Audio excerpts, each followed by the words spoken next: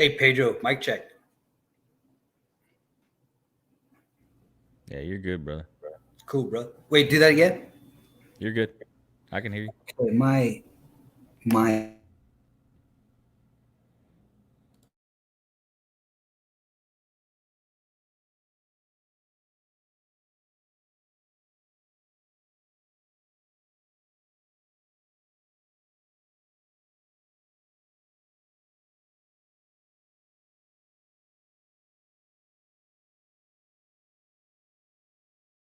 Can we test that again, Bub? 2 minutes, 2 minutes. Perfect. Nice.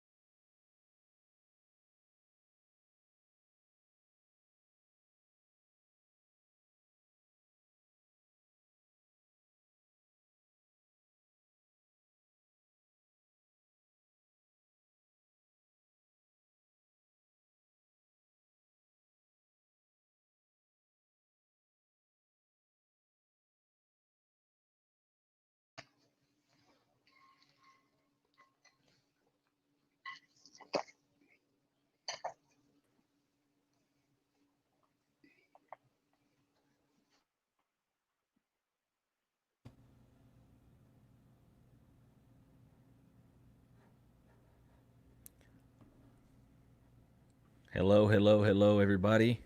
Welcome to our first live stream, the X Factor Safety Podcast. We are live streaming this to you guys. It's a great, great event that we got going on today. We are actually doing a Warrior Servant Leadership Power Hour. I have our guest panelists, whatever you might want to call them, guys that you want to talk to, Mr. Pat Welsh and Mr. Jarrod Tomassi. Mr. Pat is a veteran police officer. He's been in the force. He is great. Has a lot of knowledge. You might have seen him or heard of him through the podcast itself. Jarrod Tomassi is an Army veteran who has a plethora of experience in the paramedic field. He was also a combat engineer. So I'll go ahead and stop talking and let my guys introduce themselves. Pat. Hey, Pedro. Thanks for having me on. Jarrod, good to see you again, brother. I think we're going to have a great time here. It's going to be quite the ride. Yes, it is. Jarrod?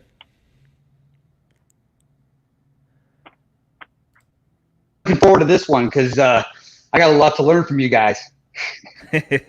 We got a lot to learn from each other. It's definitely going to be great. So first off, for our viewers that are listening and watching us right now, everybody that's watching us live, and eventually the people that will end up hearing this on the podcast, what is servant leadership for those that don't know? And I'll go ahead and ask you, Mr. Pat, what is servant leadership? What does that definition mean to you? What do you define as servant leadership? I actually throw the extra word in there of warrior servant leadership because they're three components of one calling. And we all, I don't care what your walk in life is, what your station in life is, we're all called to be warrior servants and leaders. And what that means to me is the warrior part is that you are able, willing, and you actually do stand up, show up, and defend what you believe. And it can be at work, it can be in your home life, your faith life, your community life. You stand up, you show up, and you defend what you believe. You're not a church mouse.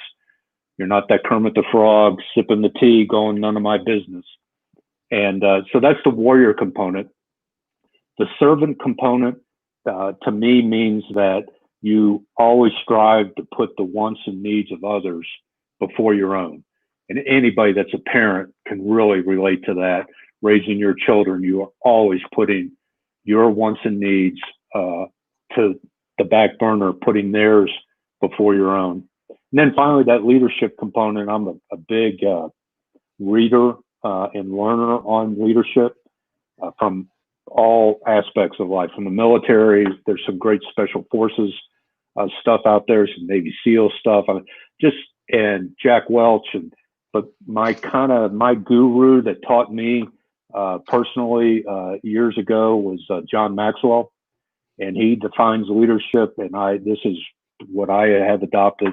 Leadership is influence, nothing more, nothing less. And if you are an influence in somebody else's life, and that can be good or bad influence, you are in a leadership role to that person. And then the people that are influencers in your life are in a leadership role to you as the student, as the one being mentored or being coached. So that's they're three hats, but you're wearing all three at the same time, and you have to know which one to bring to the forefront. Hey, sounds like a safety guy in a sense. I mean, we all know how that, those that are in the safety profession and have dealt with safety professionals, that's what you have to do. You're a jack of all trades, a Jill of all trades, and you wear many different hats. So Jarrod, what does warrior safety leadership, warrior Servant leadership, servant leadership mean to you? Sorry, my bad. Safety guy, obvious. So I like the fact that Pat has tagged on warrior. I kind of learned what that meant just recently, networking with him. But servant leadership for me is someone who is able to inspire rather than motivate, and basically even has an opportunity to teach some core values to somebody, not change their personality, enhance their core values. And the big thing for us in safety is we don't want to prioritize. We want to have core values that are constant. And so servant leadership, in order to inspire, you got to connect compliance with some love. And that's where servant leadership takes place, when the heart and brain connect and you make decisions using characteristics of the heart and brain as a balanced decision. But how I'm throwing in warrior, you better be prepared to get your butt kicked, because you will be challenged. And there's folks out there who don't want to be developed, or there's going to be people that have their own personal issues, and you are going to hear and be all. I always say you're the sword and the shield. So yeah, you got to be a warrior. Oh yeah, I got some stars from leadership. And speaking of the shield and the sword, I know Mr. Pat, the warrior servant leadership, and we talked about it when I had you on the show, and I was so blessed to I'm going to show everybody, grab and have this coin sent over to me, and explain to us how you came up with that image. And for those that didn't see, I'll go ahead and try to see it. Beautiful. Yeah, it says warrior servant leadership. So how did you come up with the image for that? The Saint Michael is the patron saint of law enforcement and military. And so he's kind of always been, and I was raised Catholic and a very staunch, practicing, faithful Catholic. And St. Michael is that image of when you got to open a can of whoop ass, it's St. Michael is the one that's going to open that can. But at the same time, and that's that kind of that warrior defender persona. At that same time, though, he's a servant of God, and he sees his place and responsibility and calling to be that servant and to lead other warriors and servants to defend the faith and to defend what you believe in. So that was kind of the background behind it. And then there's actually a guy in Dayton, Ohio, that designed that coin for me. And then on the back of it, you showed the front of it, the motto of the warrior servant leader mindset that I've learned. And I learned it from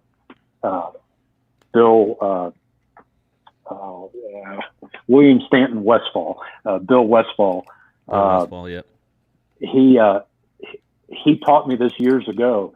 He said, always strive to do the right thing at the right time, the right way, and for the right reasons. And that's what a warrior and a servant and a leader does. We're still going to make mistakes, but our driving focus is to strive to always do the right thing, the right time, the right way, and for the right reasons.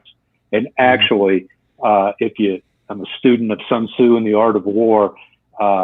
He called it something else: the way, the weather, the terrain, and leadership. But they're the same four principles, and just called something else. And I think kind of what Jarrod was saying about the mind and the heart is that whole warrior servant leader mindset thrives on this principle. It's not what happens to you that's important. It's what happens in you.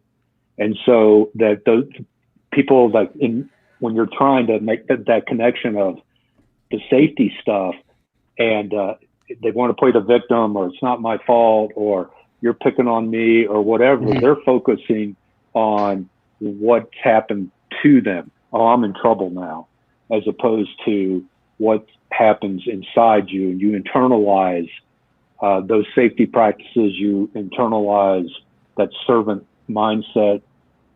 And if you start thinking that way in all aspects of your life, you start having great successes instead of always being behind the eight ball. Nice. And Jarrod, earlier, when we first got on, you said core values. So what are some of the core values that a good warrior servant leader has to have or should portray in their arsenal? I come prepared.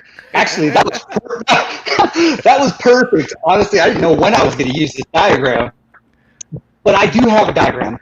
And the one thing I feel that leadership always needs to have in their field of vision is teaching, right? So for me, I'm a visual learner. I'm quantitative. I like data. I like to look at leading indicators, lagging indicators, and I drive my ship even in the fog through data. Again, with Pat, though, is, that ship has got to be balanced or anchored with some emotional stability.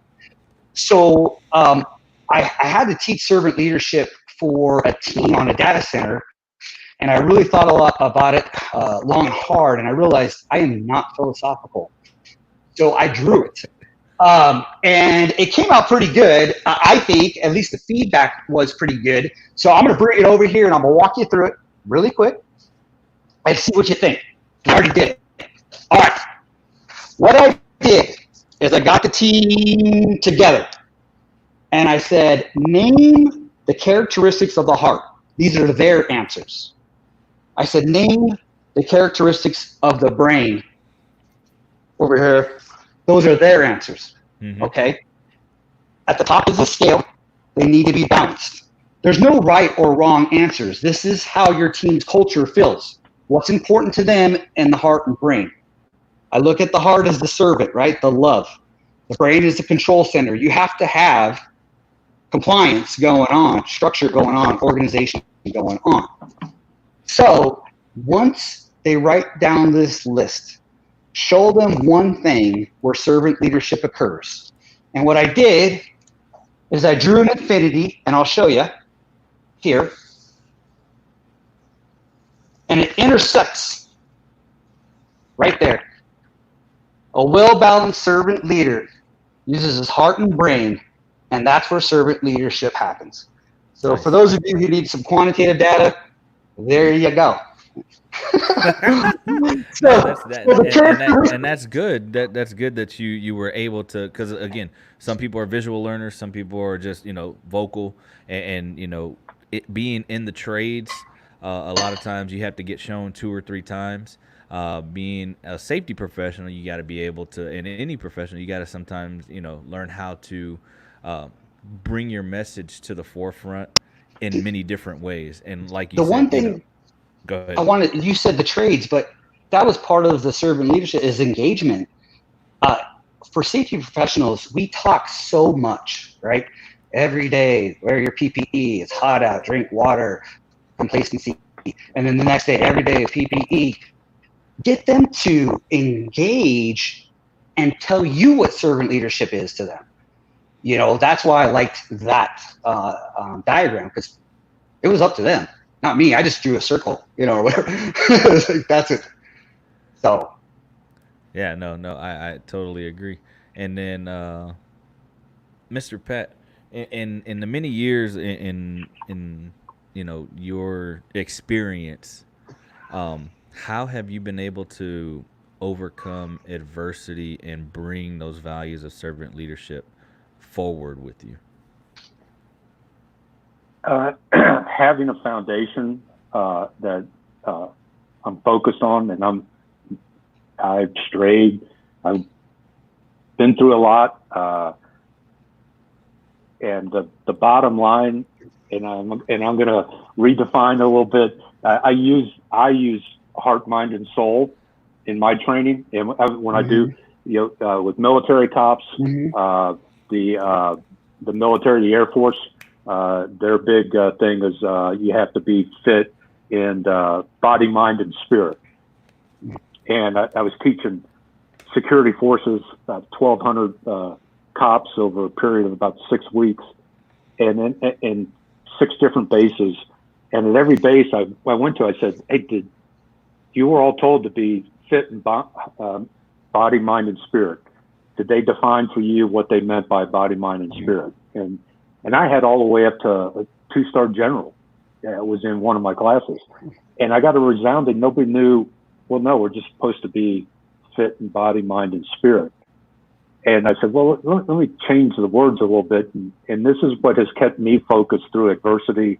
It's also kept me grounded to not be egotistical when I've had some successes, because I promoted up the ranks and retired as the third in command of a pretty large police department, is this. Love the Lord your God with all your heart, with all your mind, and with all your soul. That is my grounding foundation, personally and professionally. And it took me a long time to learn what that heart, mind, and soul meant. Mm-hmm. But once that light bulb went off, as far as them being able to apply all the principles of servant leadership to every aspect of my life, it was like mind-boggling. And here's what the heart is. It's not the organ in your chest. Your heart is where you go internally. You go to make the most important decisions in your life. If you say you love somebody with all your heart, you're going to put your heart into it. It's that core place that you go to make those important decisions in life. Your mind, that is an organ. Keep your ears from touching each other. And everything that you do in life starts up here.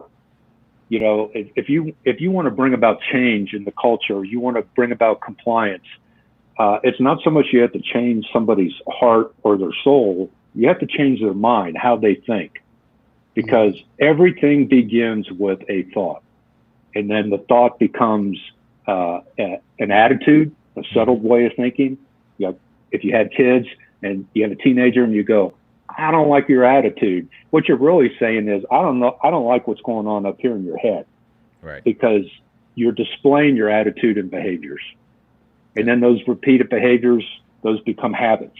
And then the habits become the culture of your workplace, of your family, of your faith life. I was raised, kids are to be seen and not heard. That was the culture. That's what we were taught and brought up to be. And so everything begins up here with the mind. So when you're trying to, like right now, there's so much stuff going on in the world, and we have a new normal, we have to change the way we do things. Well, we're not just going to change our actions. We have to begin with changing how we think. And then finally, what's the soul? Everybody has a soul, even if you're an atheist, because here's what your soul is. It's not some philosophical, Jarrod, you don't have to worry, it's not philosophy. It's not some philosophical thing that flutters out of your body when you die and it goes somewhere. That's not what your soul is. Your soul is everything that makes you unique. There is nobody in this world before you or after you that is as unique as you are. And that's what your soul is. So when you're trying to put your mind, heart, and soul into something, it's the whole package.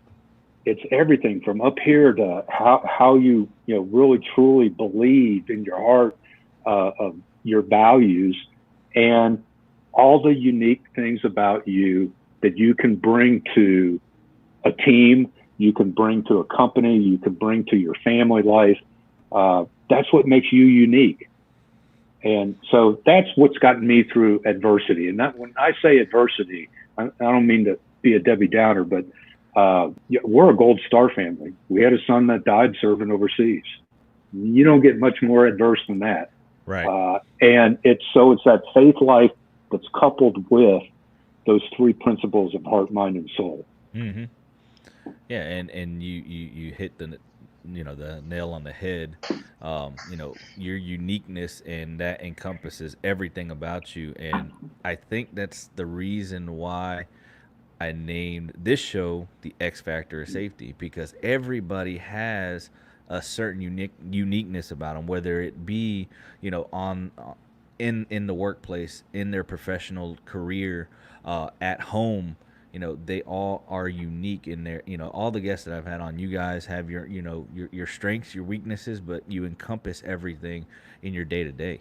And it's great. So Jarrod, same question goes to you, my man. How have you overcome adversity and then incorporate that warrior servant leadership mentality, and give us a little backstory on how you have overcome it? Well, so I'm gonna have to do it in kind of on a timeline. So, joined the U.S. Army in 1995, right? And so my first dad was Uncle Sam, because my first real dad I'd never met. And Uncle Sam taught me to be seen, not heard. Don't tell me, show me. Mm-hmm. And they used to do this when you open your mouth. That means don't even get the word out, right? You led by example. The person who was there the longest wasn't the person who worked the less. It was the person who worked the most, right? So that guy is your boss. The guy on the top of the roof in the most dangerous position is what you need to strive for as a leader. And so I was raised in this quantitative, very strict brain thing. And that just continued, right? So I became an EMT, a paramedic, a Los Angeles City firefighter paramedic. I worked in oil and gas, worked in Africa, offshore with a bunch of roughnecks. We were all rough in construction. It's all paramilitary in a way. It has this very unique macho thing going on. The one thing I used to remember, the philosophy I was taught as a leader, is the first thing you should do when you go to the next dog pound is bite every dog harder than they bite you, and they learn not to bite you anymore. But you become the a-hole, right? And you didn't teach them not to bite you. You just taught them that you're not someone they want to be around. So servant leadership, self-reflection. I have struggled, and I'm still struggling to dig into that heart every time, because I want to naturally speak straight, right? Very plain, no room for interpretation. How do you not understand what I'm saying? But then that's where the feelings come in, and the empathy, and the humility, and the patience. And then you realize, wait, I was taught wrong. I've been a servant leader at home my whole life because I truly care about my loved ones. Right. But when I go to work, it was peer pressure on who's the baddest in the group. That ain't love. And at the end of the day, that's a lot of risk taken, you know? So connecting all that and then being a very extreme owner of my developments was huge. And so I'm still navigating this every day. I called Pat a couple of weeks ago, you know, hey, bud, I'm having this difficulty. You know, how did you do it? And, you know, that's probably another way to solve challenges. Find a mentor. Network with other leaders that you respect. Challenge the leader and ask the why so that you understand how to do it. Read a book, watch some YouTube, watch a podcast. Always develop, because servant leadership is a great honor. It's the hardest job you'll ever have in your life, and you better be studying every day because people are relying on you. Oh yeah, definitely. You know, especially in any line of work, you know, whether you're, you know, a safety professional, whether you're, you know, a superintendent on a construction site, whether you're a CEO, you have people that look up to you for guidance, that will look up to you for, you know, hey, I need a shoulder to cry on. I'm having a bad day. You know, something might have happened personally, and those leaders and the people that, you know, they can turn to have to be, like you said, empathetic, have to be able to, you know that other people have feelings. You know, they do have feelings. They have families that they want to go home to, and you know, having some of those bad leaders made me want not to be like them and strive to be a great leader, a great influence, and a great mentor and coach. You know, because again, the coaches out there, and I commend all the coaches out there, and it's not just safety professionals that are coaches. Your little league coaches, your high school coaches, your college coaches, maybe not so much the professional. No, I'm just joking. But you know, just any kind of coaching that you do, you know, even bringing somebody on board that's new and them saying, hey, you know, I'll coach you on how to do this, or I will, you know, teach you and mentor you until you can do it on your own. And what, you know, some of us didn't have were mentors that were like that. And you know, it's definitely transitioning now. You know, the times have learning how to pivot and be able to say, you know what, I'm going to teach you until you tell me, hey, I feel comfortable doing it on my own. Not just teaching you until I think you are comfortable doing it on your own. And know that I'm always here for questions and you know, to bring you up when you're feeling down. And you know, it's a constant battle, but not me in front of you, me behind you, pushing you to greatness in a sense. If that makes sense. Yeah. I think if you want to read a really, really great book that kind of, because coaching in the business world and in the, in the professional life other than sports, so many people confuse coaching in sports to be what coaching, you know, a life coach or a career coach or whatever. They're not exactly the same thing. But if you want to read a great book from how important sports were to people from all walks of life who never made it to maybe never even made it past Little League or T-ball, but read this book. It's by Brian Kilmeade, and it's called The Games Do Count. And it's there. All the people he interviewed, and there's a lot of them, from famous people to not so famous people, is what did playing sports, even if it was just t-ball or pee-wee football, what did that teach you about life as you look back? And so it's a really good book. The other really, I think, best book I've ever read on leadership is The 21 Irrefutable Laws of Leadership by John Maxwell. And he goes all different. And he has literally 21 laws.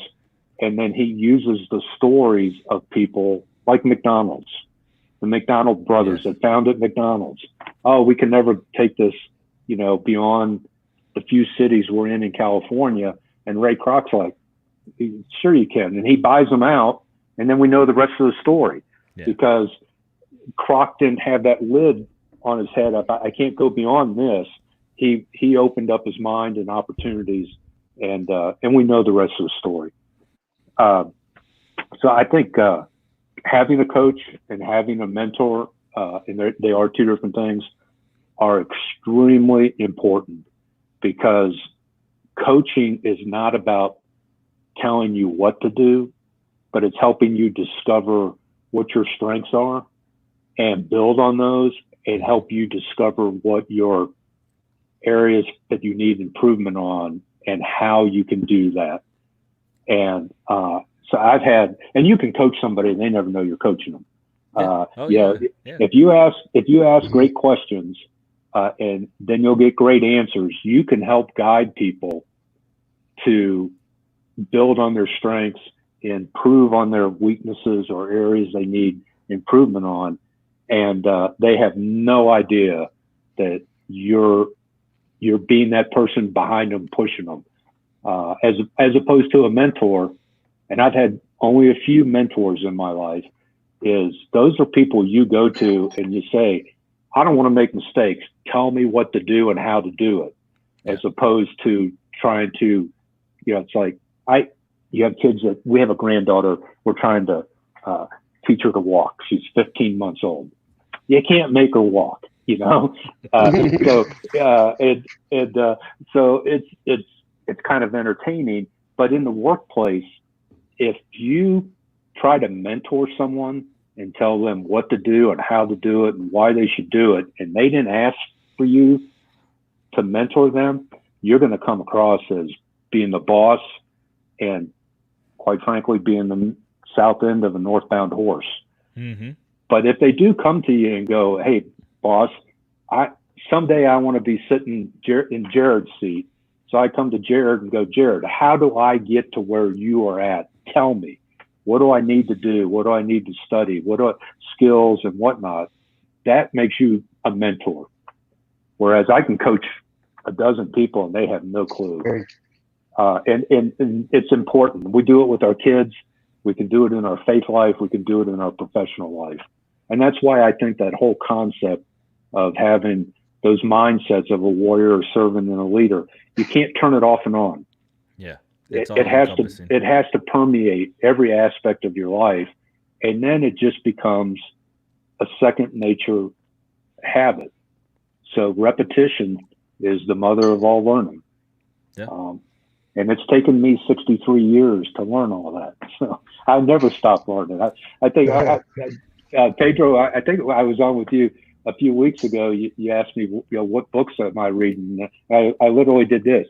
I looked over because they're all sitting on the table over there, and I go, well, I got 6 of them. I'm reading all at the same time, and they're all different things.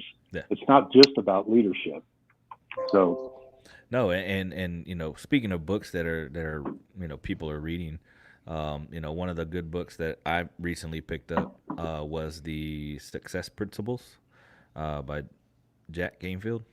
Very, very good book. And then shout out to Sam Goodman. Safety Sucks. It definitely has, and it's a very, very good book. It has some real life portrayals of how Sam came about, but it hits home because it is exactly Why? Safety sucks if you get taught the wrong way.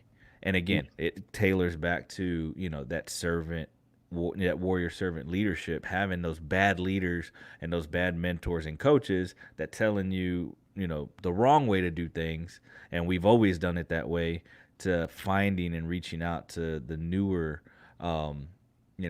newer minded mentor and coach, somebody that's going to show you how to do it, but also bring you up, is really good. What are you reading, Jarrod? Oh, what am I reading right now? A bunch of U-Haul cardboard boxes.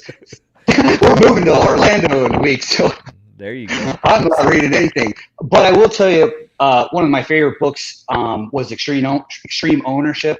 Not just because it's a military book, but it's you'll see it in a lot of corporate companies. Extreme ownership is huge, right? And that comes back to vulnerability. A lot of us weren't vulnerable in the past, and basically, if you're wrong, I was the boss. No matter if I'm wrong, right? Which was wrong. So I would say get extreme ownership. The one thing too is ownership sets you free. In the safety arena, we find things all day long, and you could literally exacerbate yourself on low-hanging fruit. But when your team is getting it is when they start to own it. And they say, Jarrod, Pedro, Pat, you got me. I was hot. I was tired. I really didn't give a crap about that thing, and I just overlooked it. I look at that guy and go, you're becoming inspired. That's coming from the soul or whatever. That isn't something you just came up with. And I go, well, then let me teach you a little bit more. Let's get a little bit better then. Because if you think that you wouldn't make that same choice being in that hot sun for 8 hours, try it then. Go out there. Yeah, exactly. And we've touched on it, but I was in a sense brought up in one of my good mentors, his name, Greg Broquet. He taught me that and trained me to be and strive to be and take his position. He taught me everything, gave me all the tools, all the techniques, all the know-how, so that one day he's like, he told me, I am training you so that way you can be in my seat right here.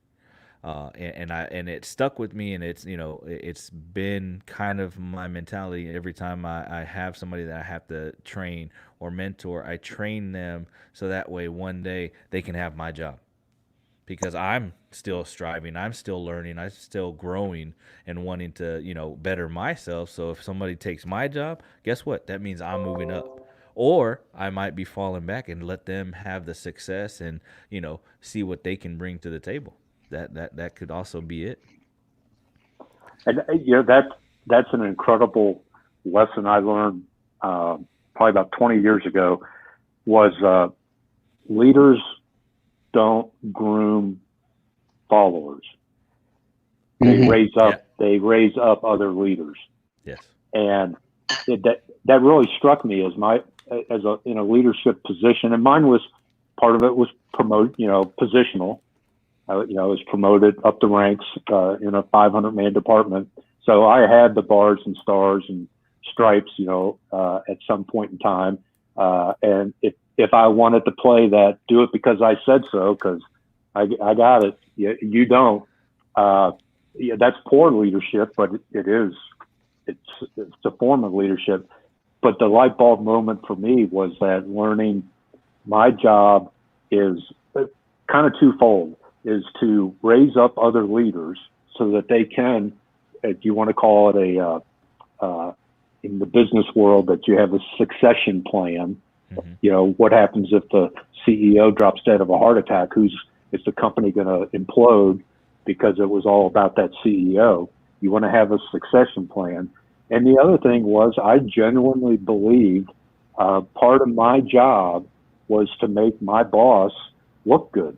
I mean, and legitimately, that if he's successful, then I'm going to be successful.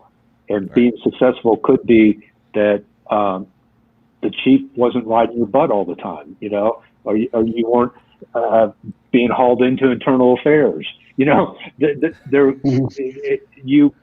because you become what you celebrate. And if you celebrate finding the worst in your employees, you will become the worst boss they ever had, because you're looking for the worst in them. So if you celebrate people having injury, free 30 days or whatever it is, they don't call off sick, and you give them attaboys and you praise them in public and you celebrate their successes, they're going to have more successes, because they're going to start realizing this is the way it's supposed to be. So I think reading books, if you will, surrounding yourself with people that think the same way are all important factors to you developing that habit of having a warrior servant leader mindset. And then it just becomes that you can you don't even think about it. And I actually, on the back of the coin there, strive to do the right thing, right time, right way, for the right reasons. I laminated those 4 things and had them on the door to my office. And so when people were going to come in and bring me a problem, a sergeant comes in when I was a lieutenant. Sergeant would come in and go, "Hey, boss, I got this X, Y, and Z going on with one of the officers." They knew I was going to ask them those 4 questions. What do you think's the right thing to do? What's the right way to do it? What's the right time to do it? And what are your reasons for it? I'm not going to tell you what to do.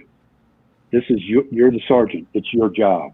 And I think Right. in the safety world, I was in the safety business in a different sort of way. Yeah, absolutely.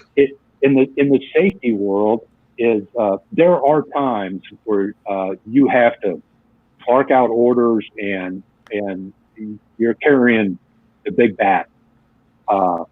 Just like if your 2-year-old runs out in the street, you're not going to go, "Honey, please don't run out in the street. Why are you doing that? Is that the right thing to do?"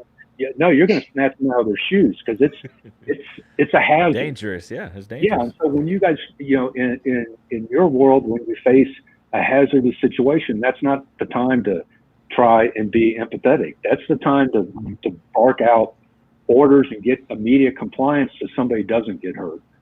Mm-hmm. When it's not life-threatening or it's not a hazard that creates a tremendous risk to other people, you can privately pull that person aside. And you don't have to hand them their butt, like in the military you would get. But you can be empathetic, but you can also hold people accountable, just like we do with our kids. I can be a loving parent, but there's going to be consequences that you're going to have to work your way through if you intentionally did something wrong. Right. And if it's a genuine mistake, then we can deal with that.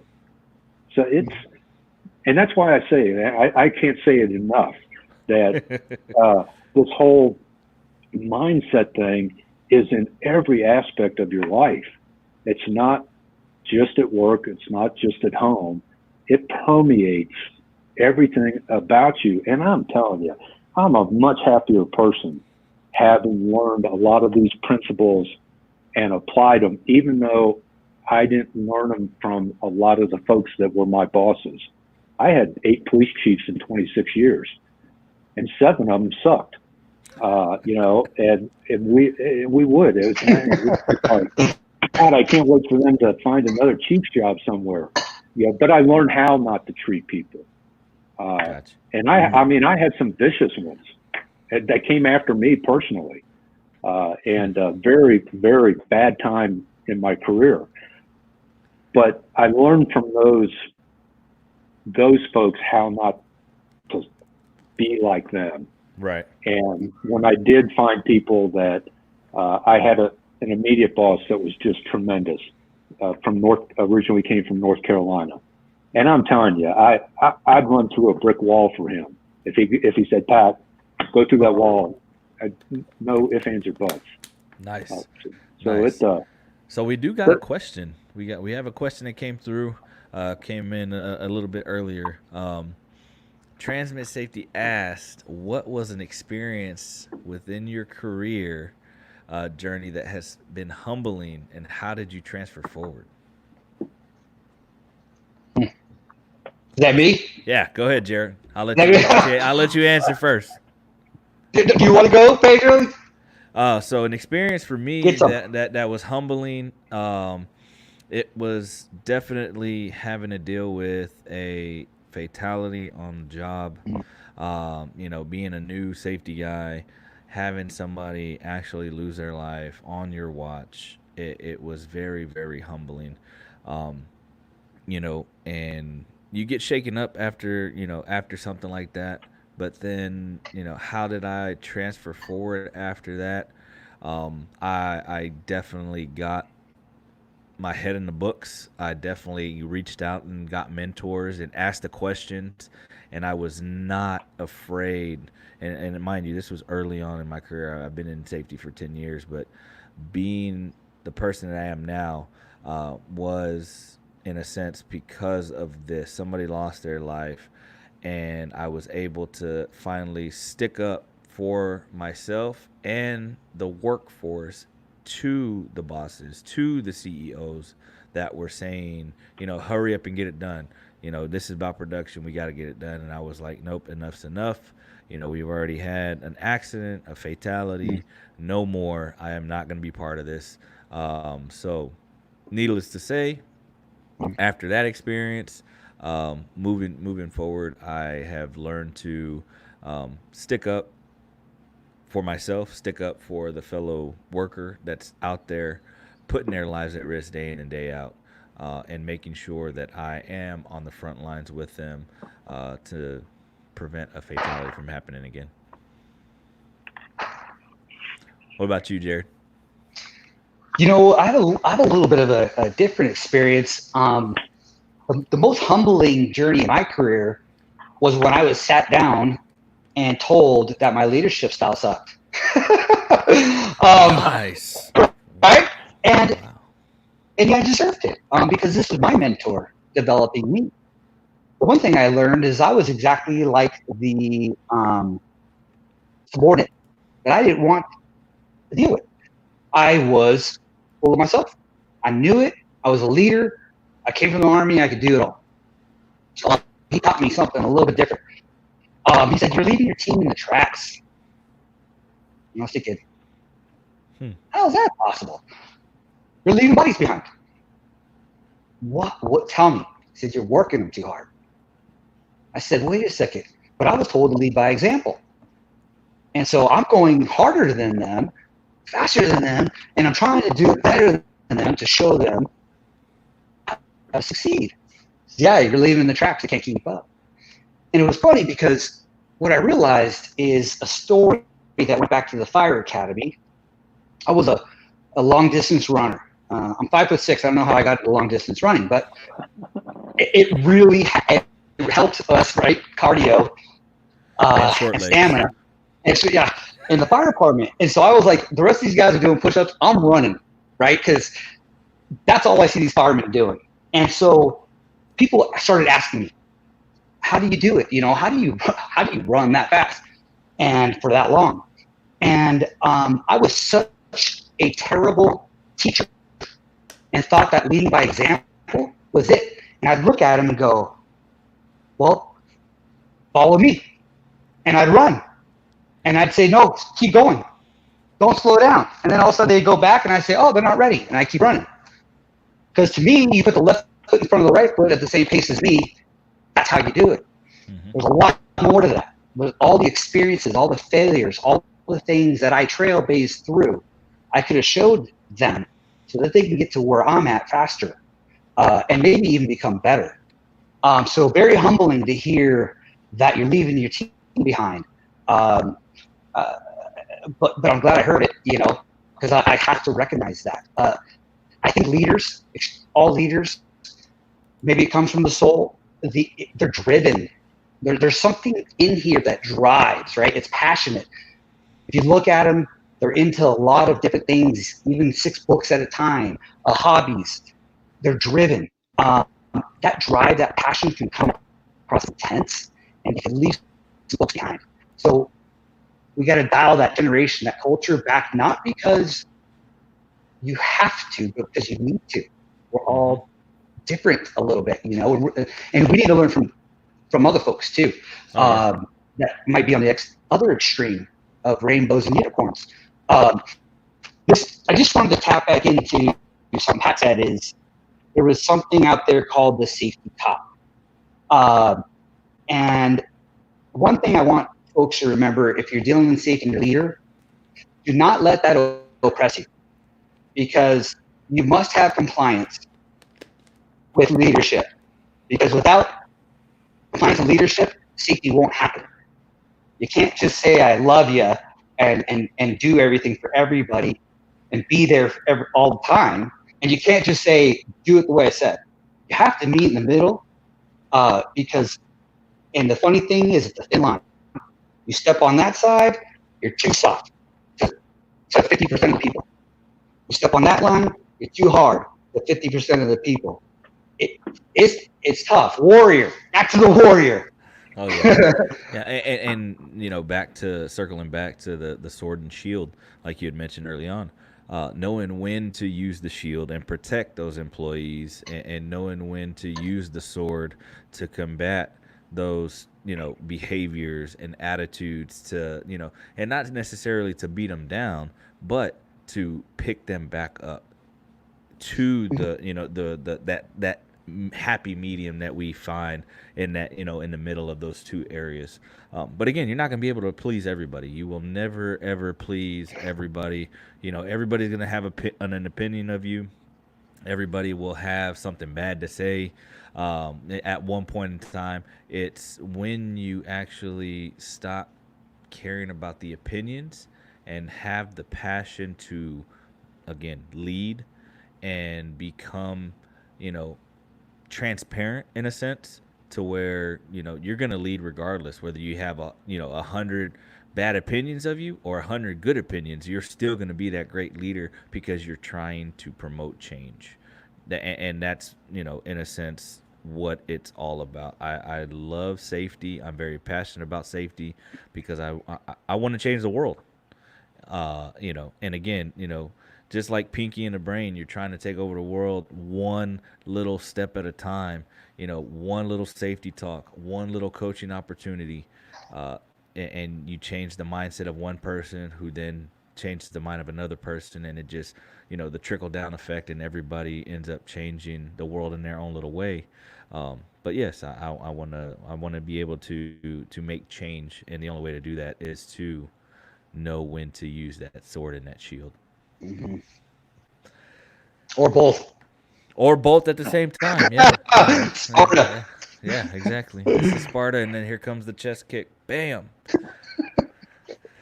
So, with that being said, we are at, you know, about an hour, 58 minutes now, into our first ever live stream. So I want to let somebody had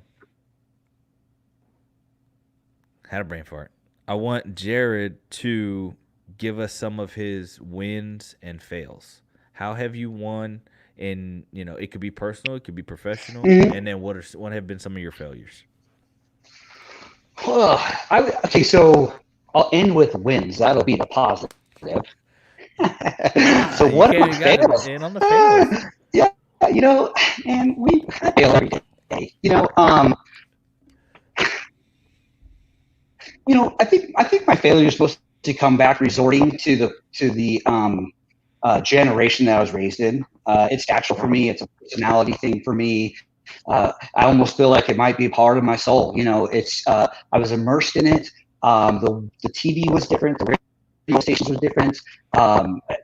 It was a completely different life. 3 channels on the television kind of thing. You know, and every 10 years back was a whole different story.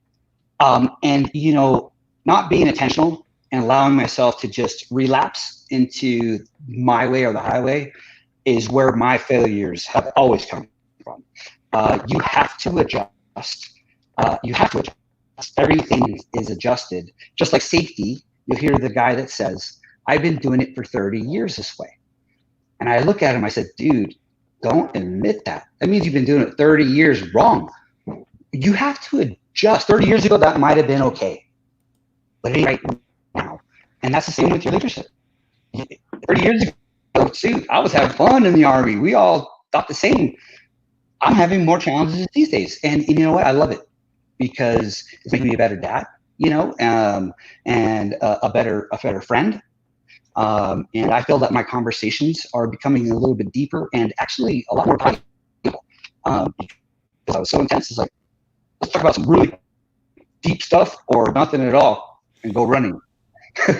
So, yeah. So the success, I'll tell you, for me, if you're trying to figure out if you're a successful servant leader, be patient. And when you start finding people asking you for advice when no one else is looking, and they do it over and over, and then you get another phone call and another email, and I would say you're doing pretty darn good, because you're going to find about one leader out of every 10 people, and those are the people that are going to pick your brain for the rest of your life. So you have a big impact on people's lives. Take it serious. Nice. What about you, Mr. Pett? Wins and failures. The failure was a big one, and it was basically up until 2004. My failure was on a personal level. I worked most of my career. I worked midnights. I mean, as an officer, as a supervisor, as a commander, and I let the job be my priority, and it kind of defined who I was, and I don't know what I would have done if I wasn't a cop kind of mindset. And I was all about work. I mean, we'd be on vacation. We'd take the kids down to the beach down in South Carolina every year. And I would be talking on the phone with informants because I was the commander of the drug unit. And, and my wife's just like, you're on vacation, put the damn phone away kind of deal. And I didn't realize what I was, how I was impacting my wife, and when we had 5 kids until 2004. And in the military, I think they call it a significant emotional event, which usually involves being hauled in front of the lieutenant colonel. You're this close to an Article 15, or maybe you're gonna get served. Mm-hmm. And so I have learned to call them holy moments as opposed to significant emotional experiences. But in 2004, my wife was diagnosed with ovarian cancer, and that was my wake-up call. Personally, professionally, spiritually, and that got my immediate attention and radically changed how I was living my life personally and professionally. And so from that, then the success, the wins, and there were still some rough times after that, and both at work. I've buried 3 cops in my career that were killed in the line of duty, and I went through some. I had a deputy chief come after me, literally tried to come after me criminally, tried to get me fired, tried to get me demoted. It was just horrendous. The vindictive. It was a revenge. In fact, when she and her husband had to retire, I actually got promoted to her husband's position as a superintendent in the police department. So that was a win. That was a vindication because I was eventually cleared of all the false accusations. but the process of growing and developing, because I was pretty set in my ways. 2004, I was not a youngster. And so I had a lot of really bad habits. And so I think the wins for me have come in the last 16 years in my personal growth, my professional growth, my mindset, my spiritual growth. I retired 8 years ago, and it's been, with the exception of our son dying serving overseas, it's been a great 8 years because I got my head right and I got my heart right. But it took me 16 years to kind of get to where I'm at now. Nice. So that's the big win for me is there is hope. I don't care how bad your life might be or how bad you think you are. There's redemption. There's hope. Everybody can change. And, it's, I mean, it's really hard for a cop to say, hey, the number one thing you got to do in life is be able and willing and actually forgive people. Forgiveness was not in my vocabulary as a police officer, and it is now. So that's a big win for me. Nice. Thank you guys for sharing that, and I'll go ahead and share, my wins and failures. Some of the failures I have had is not really listening. Actually listening, and I was hearing the noise that was coming in the ears. I was, taking what I wanted to hear, but I was not actually listening. And then just not thinking and processing and just blurting out whatever came out of the mouth, whether it be bad, whether it be good. And it stemmed into, my personal life, not actually listening and paying attention to my wife and, not paying attention to the kids. But I have now, I love you, babe. We've been going on 15 years. So, just had our anniversary not too long ago. So, but she has been, by my side. She has been, my rock, my personal person on my side to push me and get me through thick and thin. And we've been through thick and thin together. But what actually changed, and coming into 2020, some of the wins I have had, obviously starting the podcast last year, but actually hitting it hard and heavy this year. That's one of them. Live too. All right, Facebook Live, about to do the podcast. Nice. Gotta mute your mic, Jarrod. I was like trying to stop that thing. I'm not techie like you, man. I was born in the 70s. Okay, so it's okay. It's all good. It's all good. I'm still learning all this stuff, man. Yeah. So I mean, the wins. My career, I've gotten better at what I do, and I'm still learning. I'm still growing. I was able to get my CHST. I was able to, get my EM385. I have, continuously, room for growth. And I think that's one of my wins is actually knowing when to separate that work life, home life balance and having that balance. And then just coming off a heart attack, it definitely, my wife was there, and, I had to, that was God telling me I needed to change my ways and do some things differently. So yeah, we have definitely connected and been, more in tune with each other than we have ever been. And it's a win.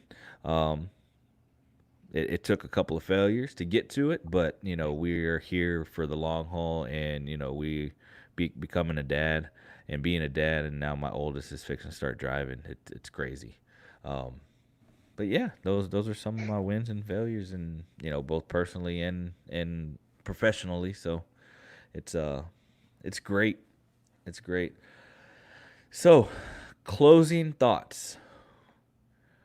Mr. Pat, any closing thoughts on what we touched on today? Anything that you want to leave for our viewers and listeners, down the road? Yeah, I think besides my motto, that it's really that simple. If you strive to do the right thing, the right time, the right way, for the right reasons, you're pretty much going to be finding yourself on the right path in life, professionally and personally. So, and then be willing to forgive yourself when you fail. And I'm telling you, probably the biggest one, that deputy chief that went after me, I hated that person. Even after they retired and I got promoted. And it wasn't until I made that personal decision.